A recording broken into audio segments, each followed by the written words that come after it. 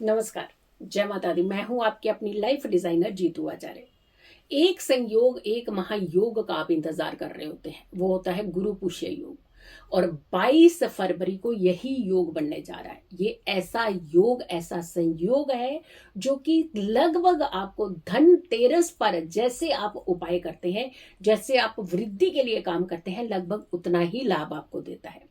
चैत्र प्रतिपदा, चैत्र महीने की पहली तिथि प्रतिपदा तिथि, ये बहुत विलक्षण योग की तिथि होती है। और जितना फायदा उस दिन किसी भी कार्य को करने से मिलता है, उतना ही फायदा इस योग और संयोग में भी मिलता है। तो 22 फरवरी को ये योग बन रहा है। इस योग का आप लाभ जरूर उठाइएगा। 25 तारीख को भी जनवरी को यही योग बना था। और कहते हैं ये योग संयोग अगर मिल जाए तो फिर आपने काम करने में ना पीछे मुड़ करके नहीं देखना है। इतने सारे काम होते हैं जो आप इस योग में अगर करते हैं, जैसे धनतेरस पर करते हैं, तो 13 गुना लाभ मिलता है ना। और इस समय अगर आप काम करते हैं, कोई भी कार्य जो आपका लटका हुआ काम, नया काम, नई प्रॉपर्टी या इन्वेस्टमेंट, या इनफैक्ट तिजोरी के अंदर भी पैसे रखने अगर, तो उसके भी कई गुना ज्यादा लाभ जो है आपको सिर्फ और सिर्फ इस योग और संयोग में मिल सकता है। धन की कमी जो है वो दूर होती है। वैभव, सुख और समृद्धि ये साथ के साथ मिलती है जो इस योग, इस संयोग में कुछ खास काम करते हैं। जैसे किसी को अपना नया काम खोलना हो, और कहते हैं कि ये योग में अगर आप उस काम को शुरुआत कर देते हैं तो कई गुना ज्यादा लाभ इसमें मिल जाता है। ये योग जो है ये बहुत इसे हल्के में नहीं लीजिएगा। ये बहुत ही अद्भुत विलक्षण योग इसीलिए कहा जाता है क्योंकि इस योग में अगर आप किसी भी काम को करते हैं तो वो उतना लाभ देते हैं। जब आप धनतेरस पर जब आप एक योग संयोग बनते हैं तो धनतेरस पर जिस तरीके के कार्य आप कर सकते हैं, जो लोग काम खोलते हैं नया, वो काम कर सकते हैं, घर का मुहूर्त कर सकते हैं, नई प्रॉपर्टी खरीदते हैं, धनतेरस पर कई गुना ज्यादा वृद्धि होती है। त्रयोदशी तिथि जो 13 तिथि होती है, उस दिन कहते हैं कि कोई काम करो तो सीधा 13 गुना बढ़ जाता है। लेकिन यहाँ पर गुरु पुष्य योग की जब हम बात करें तो यहाँ पर भी अगर कोई आप काम करते हैं तो उसके लाभ जो हैं वो कई गुना ज्यादा बढ़ करके आपको मिलते हैं। तो धनतेरस ऐसा संयोग माना जाता है इसे। इतना ही नहीं, कहते हैं कि प्रतिपदा तिथि जो होती है वो बहुत शुभ मानी जाती है। लेकिन चैत्र के महीने की प्रतिपदा सबसे उत्तम तिथि मानी जाती है प्रतिपदा तिथियों में। लेकिन जितना लाभ आपको चैत्र महीने की प्रतिपदा तिथि में मिलता है, उतना ही लाभ आपको गुरु पुष्य योग में भी मिल सकता है। अब चाहे आप कोई उपासना कर रहे हो, कोई साधना कर रहे हो, इसमें भी कई गुना ज्यादा लाभ मिलता है। अगर आप कोई सिद्धियां कर रहे हो, उसमें भी कई गुना ज्यादा लाभ मिलता है। तीर्थ स्थानों पर जब आप जाते हैं, तीर्थ के लिए जाते हैं और यात्राओं के लिए जाते हैं, तीर्थ यात्राओं के लिए जाते हैं, तो वहां पर भी कहते हैं कि तीर्थ अगर आप इस समय इस संयोग में, इस योग में करते हैं तो कई गुना ज्यादा लाभ उसका मिलता है आपको।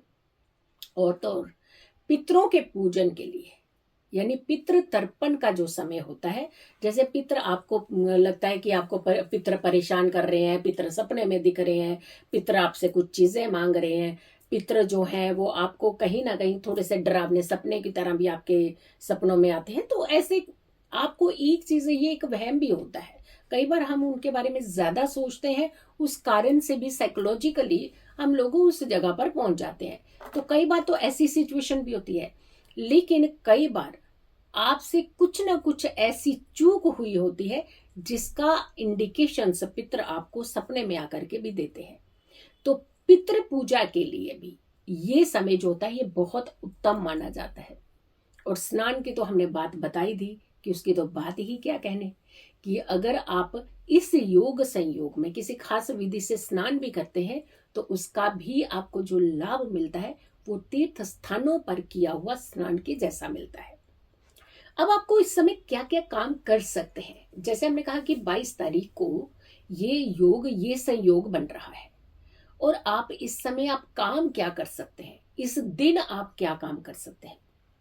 सबसे बड़ी बात कि आप कोई नया काम जो बहुत समय से पेंडिंग चल रहा है, कि हम कुछ नए काम में एडिशंस करना चाहते हैं, या फिर आपका पुराना काम चल रहा है उसके अंदर कुछ ऐड ऑन करना चाहते हैं, या कोई एक काम की चेन जो है वो स्प्रेड करना चाहते हैं, बहुत ज़्यादा बढ़ाना चाहते हैं, तो आप उस काम को कर सकते हैं। बच्चों को इस दिन कहते हैं कि अक्षर लिखवाना चाहिए। जो पहली बार बच्चे अक्षर लिखते हैं, लिखना शुरू करते हैं, या पढ़ाई जिसे हम कहते हैं, विद्या आरंभ का संस्कार जो होते हैं ना, 16 संस्कारों में विद्या आरंभ संस्कार भी होता है।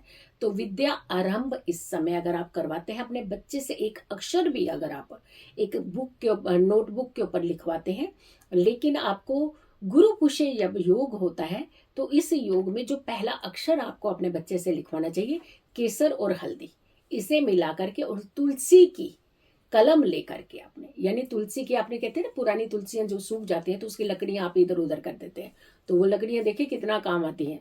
उस तुलसी की कलम से आपको ये पहला अक्षर बच्चे से लिखवाना चाहिए।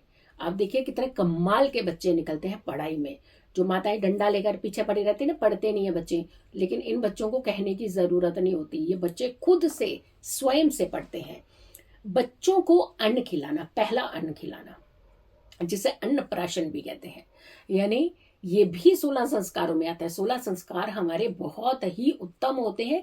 जिन्होंने भी इन रिचुअल्स को फॉलो किया होता है वो तो बड़े देवी ही बच्चे होते हैं। इसीलिए माता पिता संस्कारों की तरफ आजकल ज्यादा ध्यान देने लगे हैं। तो अन्नप्राशन यानी बच्चों को जो पहला अन्न खिलाना चाहिए, इस योग में, इस हमने कहा ना कि धनतेरस के जैसा लाभ देता है ये योग। तो पहला अन्न जो सेवन कराएं आप इस योग में करवाएं। धन निवेश, इन्वेस्टमेंट, यानी कई गुना ज्यादा बढ़ाने का सपना होता है हर किसी का। अरे एक एफडी करे तो इस एफडी को ना तोड़ने की जरूरत ना पड़े, add on add on add on होती जाए, यानी उसी के अंदर और पैसे डलते जाए तो बड़ी एफडी बन जाए। तो ऐसे ही हर कोई चाहता है ना, हर किसी का सपना यही होता है कि हमारा जो धन हम संजो करके रखना चाह रहे हैं, जो हम कहीं इन्वेस्टमेंट कर रहे हैं, वो कई गुना ज्यादा बढ़े, या तो उसका फायदा हमें कई गुना ज्यादा मिल सके। तो आप इन्वेस्टमेंट जो होती है इस समय करा सकते हैं, एफडी, एफडी भी करा सकते हैं, फिक्स डिपॉजिट ये आप करवाइए। इस समय कहते हैं कि आप चाहे छोटी अमाउंट का भी फिक्स डिपॉजिट कराते हैं, वो कई गुना ज्यादा बढ़ करके मल्टीप्लिकेशन होना शुरू हो जाएगी। देखिएगा आपको कितना लाभ मिल सकता है। तिजोरी में कहते हैं कि इस दिन धन जरूर रखना चाहिए, है ना, बड़े कमाल की बात। तो तिजोरी में धन वैसे तो हम धनतेरस पे रखते हैं, दीपावली पे रखते हैं, और इतने सारे अक्षय तृतीया पर रखते हैं। बहुत सारे ऐसे योग संयोग होते हैं जब हम धन जो है तिजोरी के अंदर कहते हैं कि रखना चाहिए। लेकिन गुरु पुष्य संयोग ये भी धनतेरस के जैसा ही संयोग होता है, लगभग उतना ही लाभ देता है। ये चैत्र प्रतिपदा के जैसा ही लाभ देता है। तो आपने इस समय तिजोरी के अंदर धन जरूर रखिएगा, और अगर वो धन आप थोड़ी सी किसी भी स्टील के पात्र में, नया पात्र ले लीजिए या फिर नया डिबिया ले लीजिए कह सकते हैं, उसमें थोड़े से चावल डाल करके उसमें धन रख करके अगर आप वहां रख देते हैं अपनी तिजोरी में, तो यकीन मानिए कई गुना ज्यादा आपका धन जो है वो बढ़ना शुरू हो जाएगा। है ना, बड़े कमाल का ये योग और संयोग। तो इस योग और संयोग का लाभ आप खुद भी उठाइए, और बहुत सारे लोगों को ये वीडियो जरूर शेयर कीजिएगा। अगर आपने मेरे चैनल को सब्सक्राइब नहीं किया तो जरूर कीजिए, वीडियो शेयर कीजिए, और मेरी आने वाली हर वीडियो को जरूर देखें।